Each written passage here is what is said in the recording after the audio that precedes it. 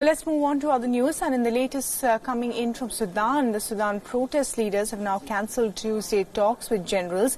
This is the third time talks have been postponed between the military generals and protest leaders. Sudan's military leader have also condemned the killing of 5 school children at a rally. Hundreds of protesters have now been rallying in Khartoum's 2 districts of Al Riyadh and Buri.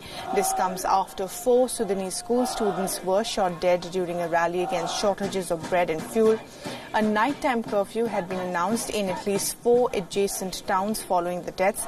Meanwhile, a key protest group has called for a nationwide rally against what they call a massacre.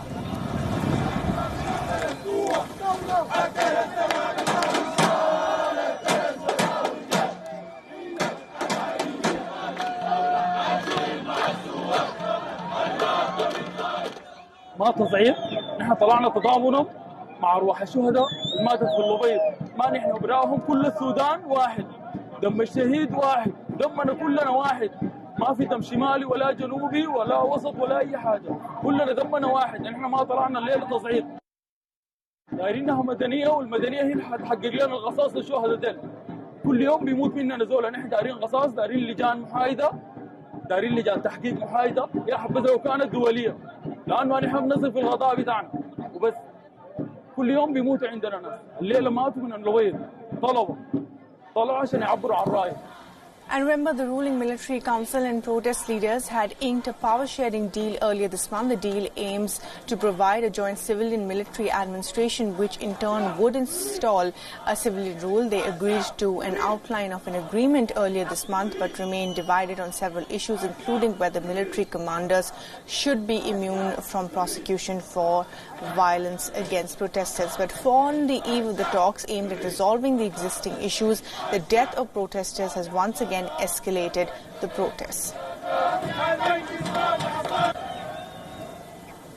And Patrick Oit is now joining us live from Juba in South Sudan. Patrick, thanks very much for talking to us this evening. What is the latest situation on the ground as far as these protests are concerned and those talks that are now not happening this Tuesday?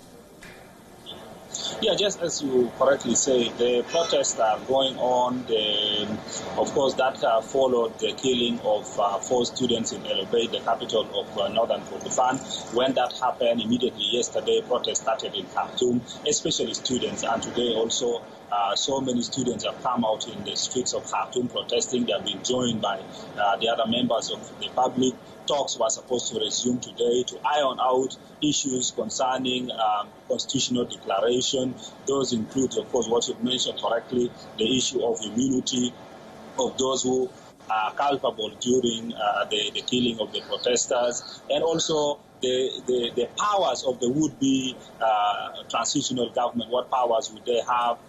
We understand there are also numbers of ministries. How many ministries should be there? We understand they were making progress on 20 ministries that are supposed to be there. But now these talks have been actually suspended because the representatives of protesters have refused to go to the negotiating table, saying the killing is now too much and there should be at least accountability, or at least there should be moved towards holding those who are killing protesters accountable. And I think that is not too much to ask, because the military is not like school children. In the school children, a child can do something wrong and hide among his colleagues or her colleagues. But for the armed forces or for the security forces, command is always clear. They know who heads the army in which area, and right, who is the deputy and so forth. So, yeah, they are question of or asking for accountability in this context. It is valid. Many people are standing by them.